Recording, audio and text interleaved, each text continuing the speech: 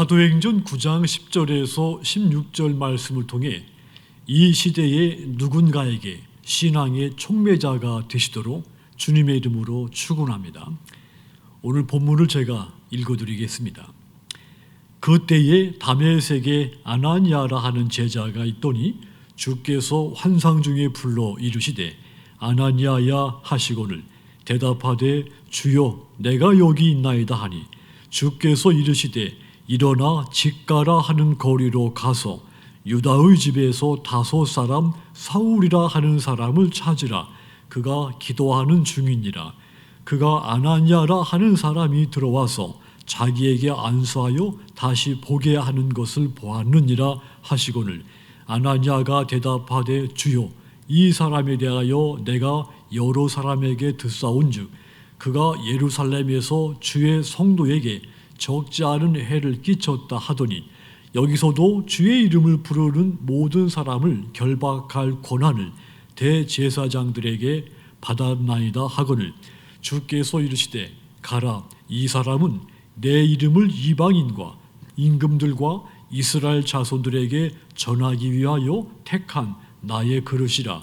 그가 내 이름을 위하여 얼마나 고난을 받아야 할 것을 내가 그에게 보이리라 하시니. 현대는 믿음으로 살고자 힘쓰지만 믿음으로 사는 것이 매우 힘든 시대입니다.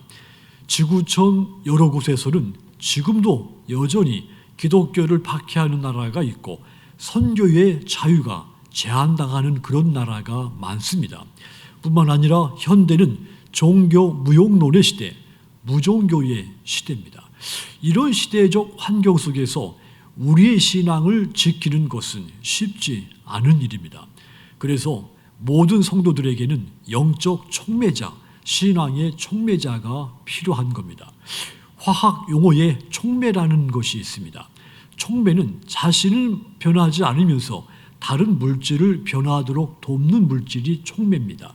촉매가 없을 때는 화학 반응이 잘 일어나지 않지만 촉매를 넣으면 금세 변화가 일어나죠. 신앙생활에서도 이와 같은 촉매가 있습니다. 믿음이 없는 사람을 변화되도록 하고 교회가 변화되도록 하는 촉매 작용이 신앙세계 안에도 존재하는 겁니다. 본문에서는 바로 이 아나니아와 같은 사람이 촉매인 것이죠. 그렇다면 이 아나니아가 어떻게 하여 촉매 역할을 할 수 있었습니까? 아나니아가 하나님의 명령에 순종함으로써 타인의 영적인 신앙적인 촉매자가 됩니다. 10절 다시 보시면 그때에 다메섹에 아나니아라 하는 제자가 있더니 주께서 환상 중에 불러 이르시되 아나니아야 하시거늘 대답하되 주여 내가 여기 있나이다 그랬습니다. 사울이 다메섹으로 가는 길에서 예수님을 만나는 동안 하나님은 다메섹에 살고 있는 아나니아라고 하는 제자에게도 찾아오셔서 그를 부르신 겁니다. 실로 하나님의 양동 작전이 펼쳐진 것이죠. 하나님은 사울을 교회를 위한 일꾼으로 사용하시기를 원하셨습니다. 그래서 하나님은 아나니아에게 아주 구체적인 명령을 내리시죠. 그게 11절입니다. 11절 보시면 주께서 이르시되 일어나 직가라 하는 거리로 가서 유다의 집에서 다섯 사람 사울이라 하는 사람을 찾으라. 그가 기도하는 중이니라. 아나니아에게 직가라고 하는 거리로 가서 유다의 집에서 기도하고 있는 다섯 사람 사울을 만나라고 명령을 한 겁니다. 하지만 이 아나니아로서는 갑작스럽게 내려진 명령에다가 그것도 사울을 찾아가라는 명령에 대해서 순종하기가 쉽지 않았을 것입니다. 왜냐하면 사울은 기독교인들에게 공포와 두려움의 대상이었기 때문이죠. 사울이 다메섹으로 가는 것도 교회를 핍박하기 위해서였다는 사실도 이 아나니아가 너무도 잘 알고 있었습니다. 하지만 하나님은 아나니아에게 순종할 것을 요구하셨습니다. 15절 보시면 주께서 이르시되 가라. 이 사람은 내 이름을 이방인과 임금들과 이스라엘 자손들에게 전하기 위하여 택한 나의 그릇이라 그랬습니다.